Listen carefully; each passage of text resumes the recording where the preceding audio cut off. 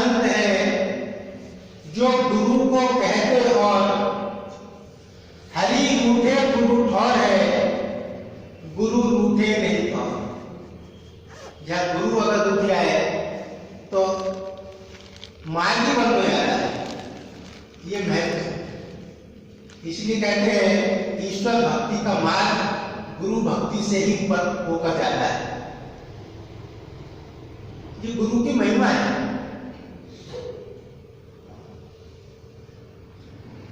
तो हम लोगों ने जो ग्रंथ श्री समता विलास में लिखा, फिर इस निष्काम सेवा का फल क्या है? उस फल का भी हम लोग को अनुभव है। कितना इस सम्मेलन में सेवा करके, यज्ञ की सेवा करके हम लोग को इस आनंद की अनुभूति हुई या खुशी प्राप्त हुई, वो हम सबका अपना अनुभव है। वो ऐसा अनुभव है कि कोई इंद्रिय के भोग हो तो उसका वर्णन किया जा सकता है, लेकिन इस अनुभव का आप मुझसे वर्णन भी नहीं कर सकते। ये अंदर का प्रेमियों का अनुभव। तो गुरुदेव जी ने कहा कि निष्काम सेवा से निष्काम सुख प्राप्त होते हैं, ये लिखा। और ये सुख ये खत्म नहीं होते, ये अंदर बने रहते हैं। और जो प्रेमी सिमरन करते हैं उनका भी अनुभव हो रहा होगा कि उनको उसके बाद उस सिमरन में कितना सुख और आनंद और एकाग्रता प्राप्त हुई। तो रामायण में यही लिखा कि इन सब का फल क्या होता है। वो कह रहे हैं कि नाना कर्म धर्म व्रत दाना। जितना हम ईश्वर इस मार्ग पर, अध्यात्म मार्ग पर ये सब करते हैं, व्रत दान तप, जितना भी ये सब आता है इसके अंदर, नाना कर्म धर्म व्रत दाना, संजम जब तप मग नाना, जहलन साधन वेद मखानी। ये सब साधन है, जितने भी साधन वेदों में वर्णन किए हैं, सब कर फल हरि भगत भगवान। इन सब का फल क्या है? ईश्वर की भक्ति प्राप्त। ये फल है जो कहा महाराज जी ने कि निष्काम सेवा से निष्काम सुख प्राप्त होते हैं। संसार की सेवा से संसारी सुख प्राप्त होते हैं, लेकिन न संसार स्थिर रहता है, न संसार के सुख स्थिर रहते हैं। वो टिकने वाले नहीं है। संसार की सेवा करते करते जीवन हो गया, बहुत बार हमको सुख प्राप्त हुए, लेकिन सारे क्षणिक सुख थे, सब खत्म हो गया। लेकिन इस भक्ति के मार्ग पर जो ये सारे कर्म बताए गए, धर्म व्रत दान संयम सिमरन जप तप, इन सबका फल क्या है? वो कह रहे हैं जहर साधन वेद बखानी, सब कर फल हरि भगत भगवान। ये भगवान शंकर मां पार्वती को बता रहे हैं कि इन सबका फल क्या है? ईश्वर की भक्ति और प्राप्त होती है। कह रहे हैं कि सब कर फल हरि भगत सुहाए। इन सबका फल ये है कि हरि भक्ति सुहाई, सुहावनी, आनंददायक ईश्वर की भक्ति हमको प्राप्त होती है इन सब कार्यों को करने से। और ये हम सबके अनुभव की चीज है। और उनके प्रति प्रेम विश्वास श्रद्धा और दृढ़, जिसने जिस भाव से कार्य किया, सेवा की, उसने उतनी भक्ति उसके अंदर और पैदा हो जाए। तो कह रहे हैं कि सब कर फल हरि भगत सुहाई, सो बिनु संत न काहू पाई। ये संत की सेवा थी, ये सब संत की सेवा थी जो हमने की। हमारे लिए हम जो वहां पर सेवा करते हैं तो वो कोई मैदान की सेवा नहीं होती, वो मैदान की सफाई नहीं होती है, वो हमारे लिए यज्ञ के स्थान की तैयारी होती है। और जनता के लिए तो वो दिख सकता है कि ये लोग क्या कर रहे हैं, लेकिन हमारे लिए वो भाव क्या था? गुरु की सेवा, आश्रम की सेवा, यज्ञ स्थल की सेवा। और जब हम वह सेवा कर रहे थे तो क्या स्थिति थी? ना किसी को छोटी सेवा दिखाई दे रही थी, ना किसी को बड़ी सेवा, बस केवल एक गुरु की याद आ रही थी। तो इसीलिए कहा कि अस विचार जो कर सत्संगा राम भगत तेज सुलभ विहंगा। जो इस प्रकार सेवा करता है उसको बड़े सरल रूप में ईश्वर की भक्ति प्राप्त होती है। ये उसका फल था। गुरुदेव हम सबकी भावना के अनुसार, सेवा के अनुसार हमको अपनी भक्ति प्रदान करें ताकि हम और तीव्रता के साथ गुरु चरणों पर, गुरु के वचनों पर चलने के लिए सक्षम हो सके। गुरु कैसी कृपा करते हैं, लेकिन इन सब के पीछे एक चीज और है। हालांकि संगत में उस चीज का अभाव है, वो चीज संगत में दिखाई पड़ती है। मान्यता कि जितना हमने सब कुछ किया ये जानना गुरु की कृपा ही चाहिए। उन्हीं की कृपा से ये सब सहज है, सुलभ है। वरना इस सफलता के साथ जो सारा निर्गुण संपन्न हो जाए ये मनुष्य के बस की बात नहीं होती। हम जरा जरा से कार्यक्रम करते हैं, कितनी अड़चन आती है, लेकिन यहाँ पर कोई अड़चन नाम की चीज ही नहीं थी, कोई विघ्न नाम की शब्द ही नहीं था यहाँ पर। तो सब कुछ करके ये केवल अर्पण गुरु को, कि उनकी कृपा से, उनकी शक्ति से ये सब संपन्न हो सका। कह रहे हैं थोड़ा सा अपनी इस भक्ति के मार्ग को और बल प्रदान हो, इसके लिए महाराज जी के एक शिष्य थे प्रेमी मुकुंद लाल जी। उनका किस प्रकार महाराज जी के संग क्या वार्तालाप हुआ, जीवन में क्या क्या घटनाएं घटी, उसका वर्णन मेरे गुरुदेव ने किया। ये भी हमको एक बल प्रदान करता है। लिखा है महाराज जी झंड नामक स्थान में, ये 1946 की बात है, झंड नामक स्थान में ठहरे हुए। एक प्रेमी वहां पर सत्संग चल रहा था। सत्संग के पश्चात एक प्रेमी महाराज जी की शरण में आए और उनसे प्रार्थना की कि गुरुदेव कल भोजन मेरे यहाँ कीजिए।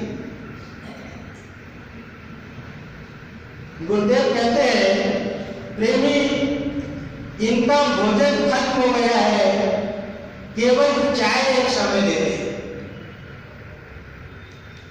प्रेमी कहने लगे तो चाय ही ग्रहण करने की कृपा करें।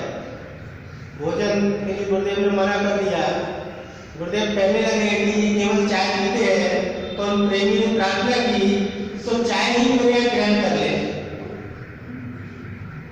गुरुदेव कहने लगे पहले अपने आप को देख,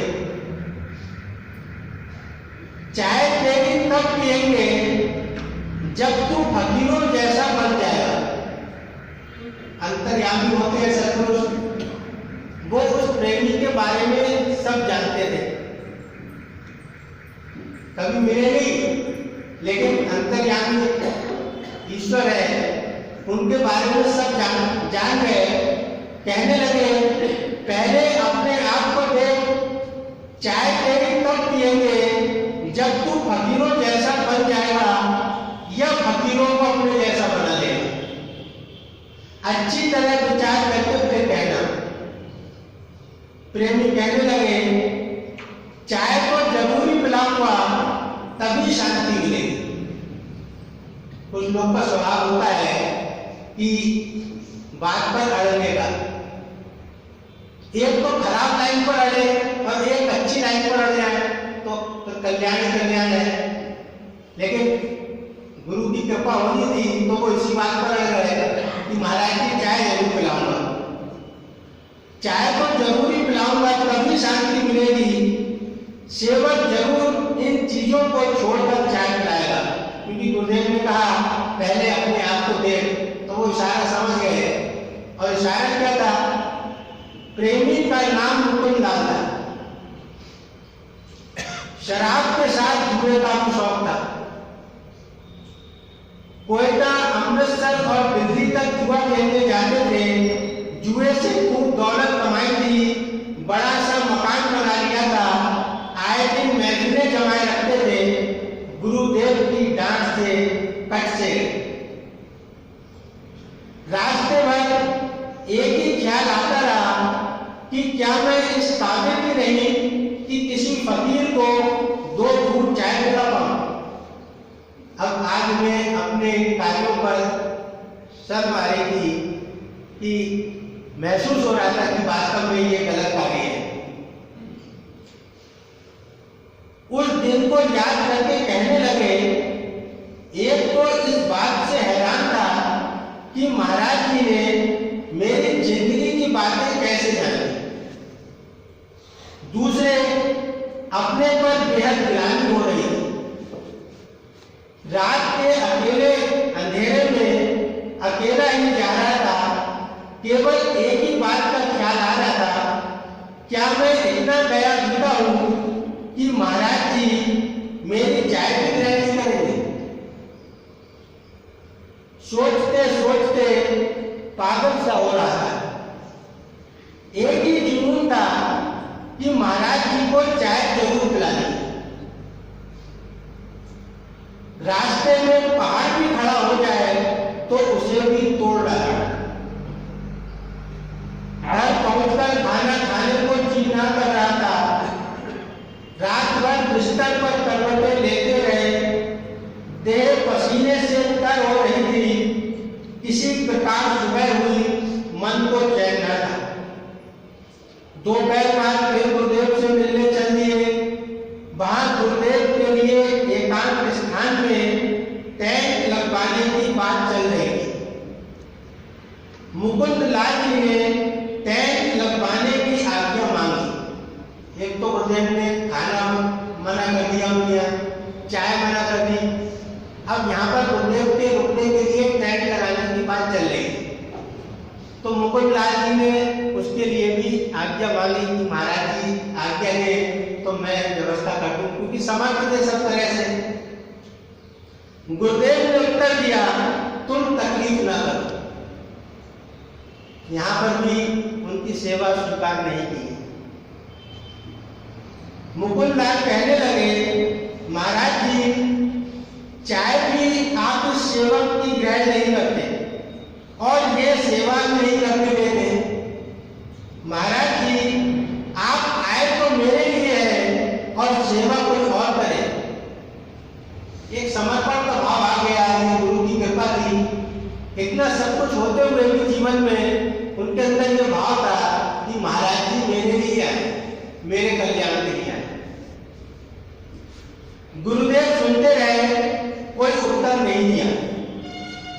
मुकुंद लाल जब वापस हुए तो गुरुदेव ने भगत जी को उनके पीछे भेजकर कहवाया कि जब तक तुम अपनी सफाई पेश नहीं करोगे तब तक तुम्हें सेवा का अवसर नहीं मिल जाएगा। ये बात सही निकली जो उन्होंने कहा कि आप आए तो मेरे लिए है। तो गुरुदेव वास्तव में आए थे, लेकिन जब वो चले गए तो गुरुदेव ने फिर खुद कहलाया कि तुम अपनी जब तक सफाई पेश नहीं करोगे, ये चाहते थे कि इनके व्यसन छूट जाए। तो उनके पास ये संदेश भेज दिया कि जब तक तुम अपनी सफाई पेश नहीं करोगे तब तक तुम्हें सेवा का अवसर नहीं दिया जाएगा। मुकुंद लाल कहने लगे, मैंने तो महाराज जी को गुरु धारण कर लिया है। दिल से तो मैंने कल से ही मांस शराब पर त्याग कर दिया है। जैसी गुरुदेव ने कहा कि प्रेमी पहले से काबिल बनो चाय पिलाने के, तब उन्होंने मन में ही ये धारण कर लिया कि मैं आज से मांस शराब जो भी चीजें हैं इनको छोड़ दूंगा। जुए की ये जो बीमारी है उसके बारे में भी सोच रहा हूँ, सिगरेट भी पीता हूँ, तुम ही मेरी सिफारिश कर दो। रात सत्संग में गुरुदेव ने संसार की असारता और इंद्रिय भोग की कामना से उत्पन्न अनंत दुख के संबंध में उपदेश दिया। सत्संग के बाद एक हमारे हिंदुओं के कितने ही धर्म हैं, कोई कुछ कहता है, कोई कुछ समझ नहीं आता इसे माने। ये गुरुदेव ने सारा सत्संग किया। उसके बाद महाराज जी ने सत्संग के पश्चात मुकुंद लाल जी की ओर देखकर बोले, प्रेमी तुमने क्या समझा है? प्रेमी कहने लगे, आप मेरे लिए ही यहाँ आए हैं, मांस शराब आज से छोड़ दिया है, अपने दोस्तों को भी कह आया हूं, सेवक पर कृपा करें। प्रेमी अभी यही है, जब चाय पिलाने वाले बन जाओगे तब देखा जाएगा। इसके बाद प्रेमी ने अपने शराब सिगरेट वगैरह की जो व्यसन था वह भी छोड़ दिया। अब बात यहाँ पर क्या है, काफी बड़ा ये प्रसंग है। उसके बाद पाकिस्तान का वही दौर चल रहा था, क्योंकि 1940 की घटना थी। उसके बाद सब बंटवारा हुआ 47 में, और वो प्रेमी किसी तरह जान बचाकर भारत आ गए। कुछ थोड़ा बहुत उनके पास सामान बचा था, वो लेकर वो भारत आ गए। ज्यादा सब कुछ लुट चुके थे। यहाँ पर गुरुदेव ने उनकी कोई चाय तक नहीं पी, टेंट लगवाने की आज्ञा मांगी, वो नहीं की स्वीकार, कोई चीज स्वीकार नहीं की। अब बात क्या थी, रोजी रोटी का उनको कोई ठिकाना नहीं था। जब वो यहाँ पर आए तो कहने लगे, प्रेमी के एक साझेदार थे। जब वो प्रेमी भारत आ गए, प्रेमी के साझेदार श्री सावंतमल जी भी बिल्कुल लुटकर आए थे। मुकुंद लाल जी ने आधा जीवन उनके हवाले कर दिया। ये बड़ी बात है।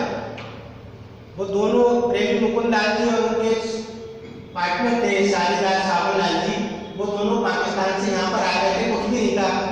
लेकिन मुकुंद लाल जी के पास थोड़े से जेवर, थोड़े से गहने थे।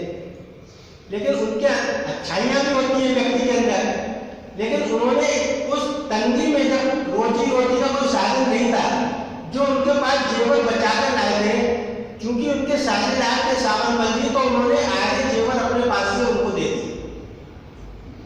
ये बड़ी बात है। आदमी सब लुटा कर आया हो और जरा सी संपत्ति उसके पास हो, उसमें से भी वो अपने साझेदारी का धर्म निभाए, और उन्होंने आधे जेवर अपने जो पार्टनर थे सावंतलाल जी उनको दे दिए।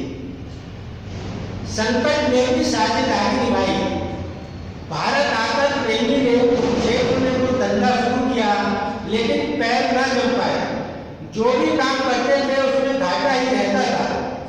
रही सही कसर कब पूरी हो गई, जब गुरुदेव ने उन्हें कठिन परीक्षा में डाल दिया। आज उनकी परीक्षा हो रही थी। बहुत सेवा वो कहते थे पहले, आज परीक्षा की घड़ी थी। कह रहे हैं कि रही सही कसर कब पूरी हो गई, जब गुरुदेव ने उन्हें कठिन परीक्षा में डाल दिया। और ये परीक्षा क्या थी?